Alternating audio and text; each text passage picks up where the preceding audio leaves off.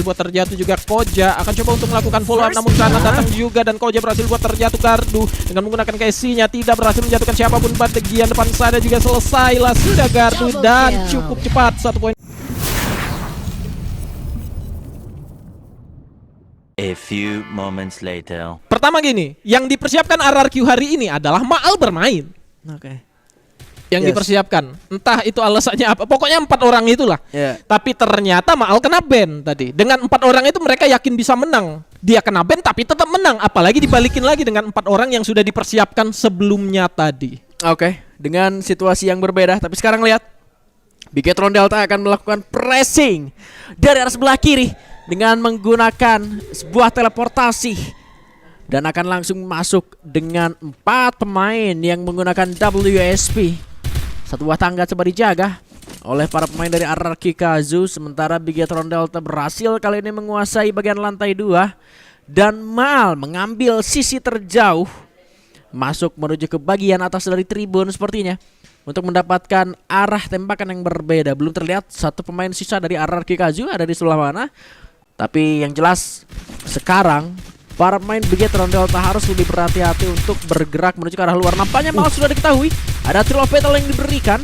Sempat berkurang tadi health point dari pemain dari Bigetron Delta, namun nampaknya bisa jadi jawaban dengan adanya Joseph yang sudah dibuka. Sementara dari Bigetron pun belum ada sebuah homer yang dibuka. Kali ini itu berhasil dijatuhkan, tapi lihat Keong juga berhasil tumpangkan. Abai jatuh di saat bersamaan akan ditolong seorang Azril.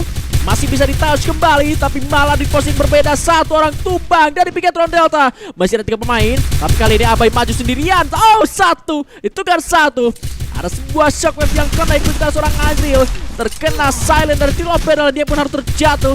2 pemain tersisa dari Bigetron Delta, sementara Maal berjuang sendirian dan terkena tembakan. Pada akhirnya 1 poin pertama di pistol round kembali untuk Bigetron Delta. Ya bagus untuk Thrill of Battle-nya connect ke beberapa player ya. Meskipun tadi connect pertama enggak connect di pertama gitu, tapi lemparan kedua akhirnya kena. Meskipun Abai sudah berhasil dibuat terjatuh tadi dan dibangunkan cukup cepat lah oleh seorang Azril.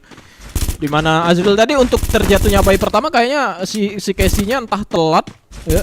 Otomatisnya kan biasanya kan otomatis kalau bertahan, tapi kalau bertahan cukup lama itu otomatis, tapi kalau terjatuhnya sangat cepat itu harus manual seperti itu. Dan ternyata terjatuh untuk kedua kalinya dan Azril mau nge-revive pun cukup berbahaya. Posisi grounding dia di bagian bawah, open sekali juga di bagian atas itu sudah kelihatan ada satu player dari tim Bigetron Delta. 1 poin pertama Bigetron Delta unggul di pistol round tentunya. Yang ngebuat percaya diri dari tim Bigetron Delta harusnya ada lagi, mana Azril berhasil buat terjatuh, namun kali ini Gardu pun sudah menyusul, di mana Kiba berhasil buat ternakot juga. Ada Keong di bagian depan sana sudah cukup sekarang, mana Keong berhasil menjatuhkan seorang Abai dan sudah terjatuh. 1 player aja tersisa dari tim RRQ Kazu, di mana cukup sekarat kali ini posisi seorang Maal cukup jauh daripada teman sana. Belum berhasil dibuat terjatuh. 4 lawan 1. Harusnya menjadi cukup mudah untuk Bigetron Delta mengamankan poin di round kedua, game kedua kali ini, dimana Maal sudah ketahuan posisinya oleh seorang Koja, juga ditahan pergerakannya, tidak berani untuk mengambil resiko maju sendirian saja dan selesai 2-0 keunggulan Bigetron Delta. Ya, di game sebelumnya juga sama, nyampe dulu di 2-0 gitu loh. Dan bagus barusan dari pergerakan Bigetron Delta itu sendiri, ngirim 2 orangnya ke arah luar, tapi 2 orangnya itu ke bagian atasnya itu lewat dalam gitu loh. Jadi pergerakannya lebih cepat juga untuk bisa nyampe dan bisa ngepres duluan menuju ke arah pemain dari RRQ Kazu, yang mana di sana hanya ada 3 pemain dan Maal yang jauh di belakang itu belum menggunakan sniper. Jadi belum bisa nge-scope dengan kali 8, belum bisa memberikan impact yang cukup kepada rekan-rekannya. Tapi 2 sniper kali ini sudah dipegang oleh RRQ Kazu dan 1 hit itu dia momentum yang selalu diciptakan kepada Bigetron Delta dan membuat RRQ Kazu berhasil membalikkan keadaan di game sebelumnya atau di round sebelumnya. Tapi sekarang akan coba melakukan reset terlebih dahulu. Abai masuk dari sebelah kiri, temani oleh rekannya, masih dengan Kelly, Airos dan juga Otonya. Tapi terkena Thrill of Battle memaksa kali ini Abai harus dipukul mundur ke arah belakang. Tapi lihat Keong 1 hit terakhir karena lawan ada berhasil tumbangkan. Gluo sudah berhasil dibuka, naik ke lantai 2. Melihat ada 1 pergerakan dari RRQ Kazu, bahkan dari jauh juga sudah mulai terlihat. Dan Kiba harus lebih hati-hati lagi, tembakan juga datang dari berbeda. 1 pemain tersisa, Maal juga tumbang.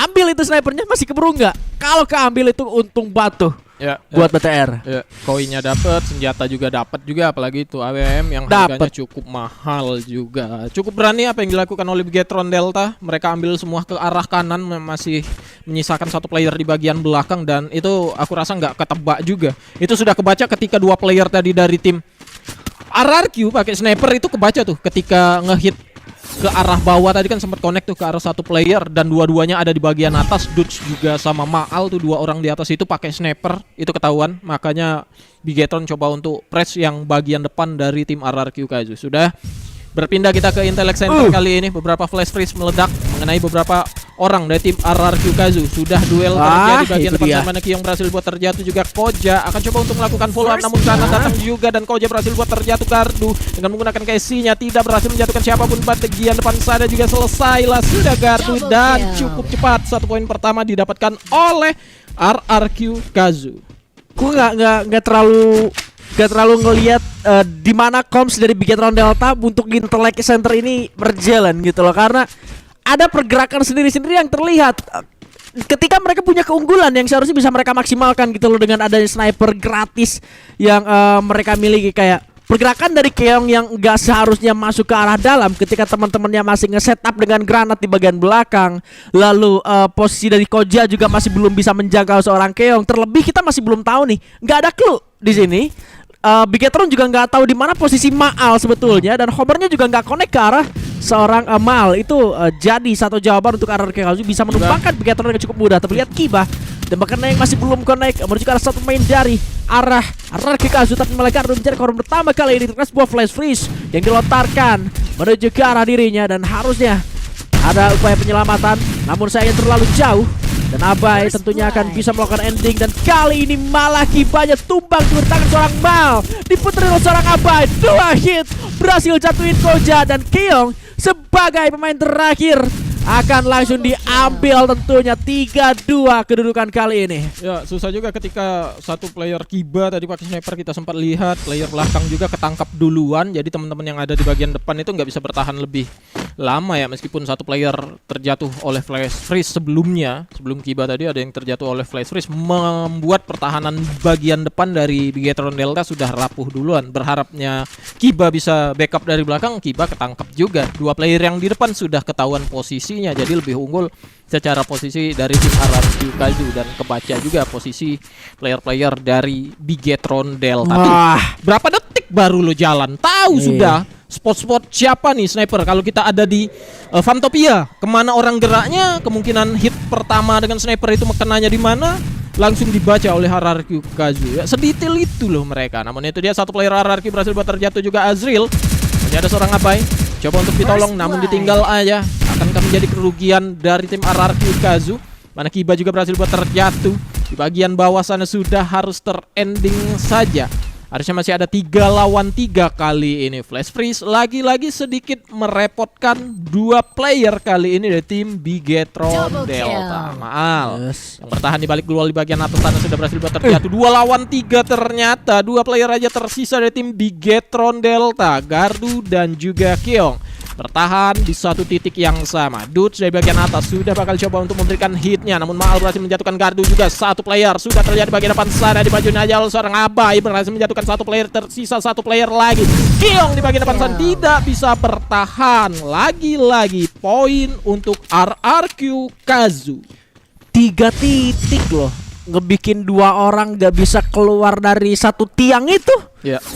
3 titiknya ditutupin semua. Susah itu 2 pemain Bigetron untuk mau keluar dari situ gitu. Ini snipernya jadinya 2 orang. Ya. Dari kalau kita ngelihat di setelah round ketiga gitu loh dari RRQ Kazu, benar-benar ngandelin Maal sama Dut di belakang, ya udah pakai sniper aja gitu loh. Jadi ngandelin 2 orang di depan doang.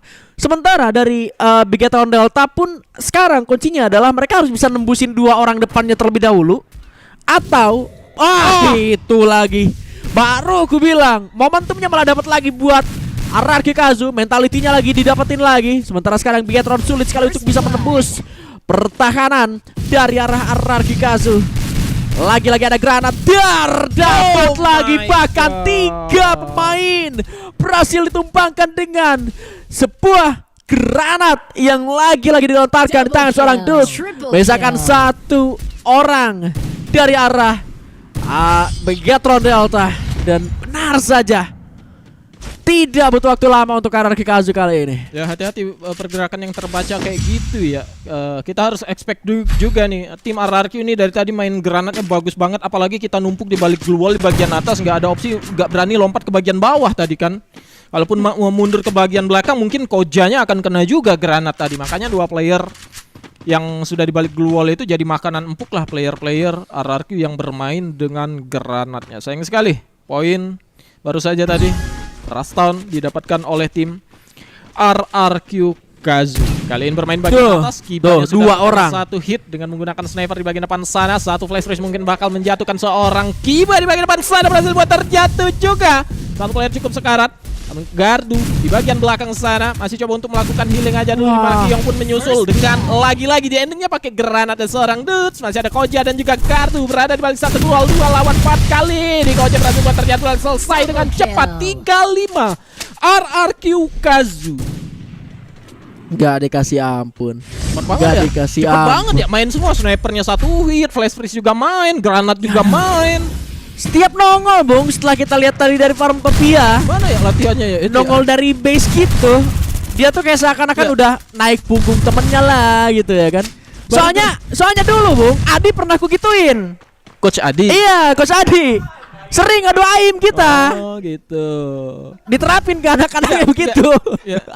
Gue inget sama Mantet waktu itu mainnya.